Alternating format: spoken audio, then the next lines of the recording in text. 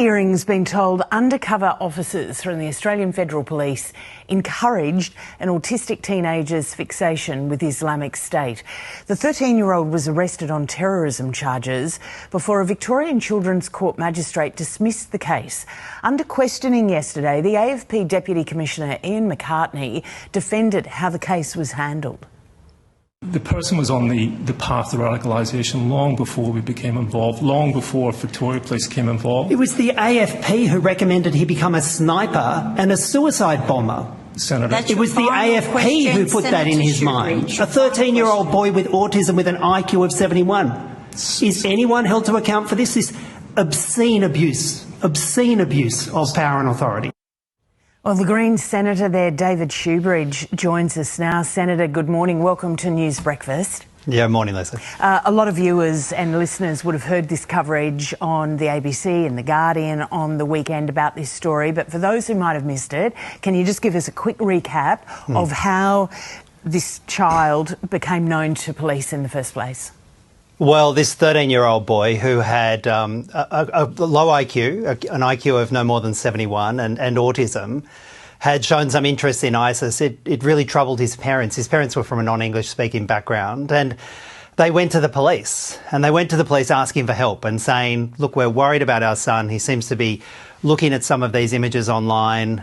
We're concerned about some of the things he's saying. Can you help us? And initially, the police set up a counter-violent extremism, a CVE course, which is meant to be steering particularly young people away from any moves towards extremism. But then within a handful of months, it went from that to a covert police operation where the AFP and the Deputy Commissioner you saw in that exchange, the Deputy Commissioner approved a covert operation against a 13-year-old boy with autism, where an operative played two different guises and actively encouraged him towards extremism, put in this child's head the idea of becoming a suicide bomber, put in this child's head the idea of becoming a sniper, started introducing extremist language to him and drove him on a pathway towards extremism. And when the transcripts of those exchanges were reviewed by the magistrate was horrified.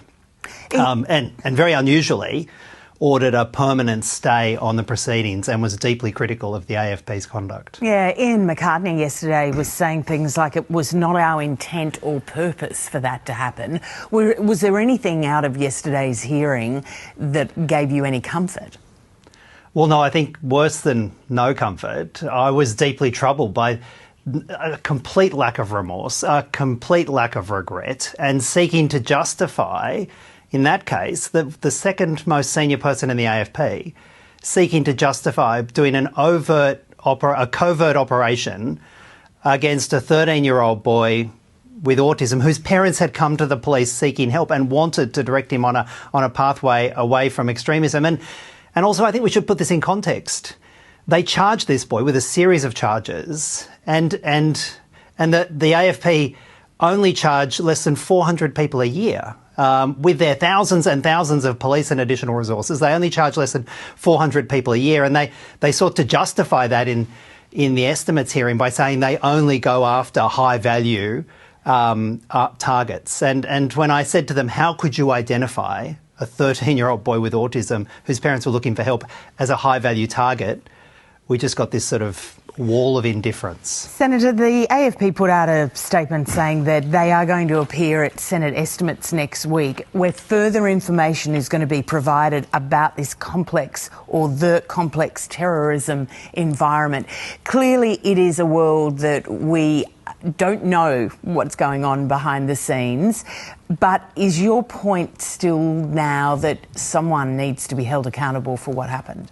Well, absolutely. We had an AFP officer, instead of taking a child away from extremism, the magistrate found that what the AFP did was utterly destructive of the efforts of countering violent extremism, utterly destructive of the efforts that the family and a counsellor were making to take the child away from extremism. We had the AFP driving a child towards extremism.